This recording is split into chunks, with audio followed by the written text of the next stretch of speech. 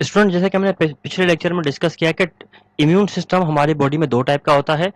एक कहलाता है एडॉप्टिव इम्यून सिस्टम, सॉरी पहला होता है इनेट इम्यून सिस्टम। इनेट immune system. दूसरा होता है adaptive immune system. Adaptive immune system. अब जो इनेट इम्यून सिस्टम है ये फर्स्ट और सेकंड लाइन ऑफ डिफेंस पे कंसिस्ट करता है, जैसे कि लेक्चर में पिछले में था। और ये जो adaptive immune system third line of defence पे कंसिस्ट करता है। तो पहला फर्क तो ये हो गया। दूसरी चीज है कि चूंकि फर्स्ट और second line of defence non specific nature की होती है, तो इसलिए आपका इनेट इम्यून सिस्टम भी नॉन स्पेसिफिक नेचर का होता है, मतलब हर किस्म के पैथोजन के खिलाफ ये रिस्पॉन्स करेगा।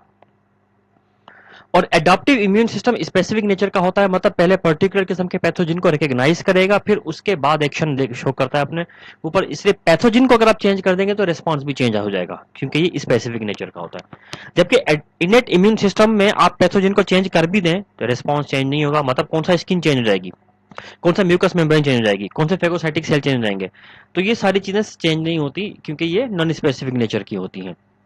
अच्छा, इनेट इम्यून सिस्टम जो है हमारा, इसको नेचुरल इम्यून सिस्टम भी कहा जाता है। ठीक है, नेचुरल इम्यून सिस्टम इसलिए कहा जाता है क्योंकि ये सिंस बर्थ होता है, और इसको डेवलप करने के लिए किसी भी किस्म के एक्सपोजर की जरूरत नहीं पड़ती कि भाई आपकी बॉडी किसी भी पैथोजन से एक्सपोज हो तो ये डेवलप करेगा, ऐसा नहीं होता। इसकी डेवलपमेंट के लिए किसी भी किस्म के पैथोजन की, प्रायर पैथोजन की कोई एक्सपोजर की जरूरत नहीं पड़ती।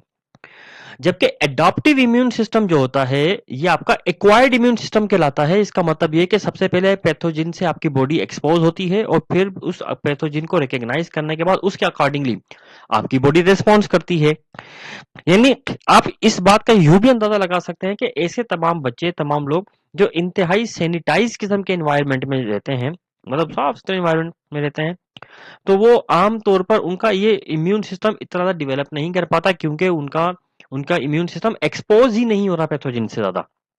इसलिए इनके जो इनेट इम्यून सिस्टम होता है, एडाप्टिव इम्यून सिस्टम होता है, उसको ज्यादा एक्सपीरियंस ही नहीं हो रहा पैथोजन से फाइट करने का, इसलिए वो ज्यादा पैथोजन को रिकॉग्नाइज नहीं कर पाता, इसलिए वो थोड़ी थोड़ी बातों पर ही बीमार हो जाते हैं। लेकिन ऐसे तमाम लोग, खासतौर पर सैनिटरी वर्कर्स जो हमारे होते हैं, इनका इम्यून सिस्टम इतना स्ट्रांग होता है, क्योंकि ये तो सारा दिन ही पैथोजेंस को हैंडल कर रहा होता है इसका इम्यून सिस्टम। तो ये एडॉप्टिव इम्यून सिस्टम इनका इतना अच्छा डेवलप कर जाता है, और इसका इनेट इम्यून सिस्टम इतना स्ट्रांग डेवलप कर जाता है कि ये जल्दी से बीमार नहीं होते। एडॉप्टिव इम्यून सिस्टम का एक बड़ा बेनिफिट है, यानी चूंकि स्पेसिफिक नेचर का होता है, तो जब आपकी नॉन स्पेसिफिक, मतलब फर्स्ट और second line of defence pathogen को रोकने में नाकाम हो जाती हैं, तो फिर आपका एडॉप्टिव इम्यून सिस्टम ही अपना पार्ट प्ले करता है और पैथोजन को रोकता है। तो इस पॉइंट ऑफ व्यू से देखा जाए तो आपका एडॉप्टिव इम्यून सिस्टम बहुत ज्यादा आपका लिए वैल्यूएबल साबित होता है। इसलिए एडॉप्टिव इम्यून सिस्टम में आपकी मेमोरी भी होती है, इम्यूनोलॉजिकल मेमोरी, सारी चीजें हम डिस्कस करेंगे आगे जाके डिटेल से।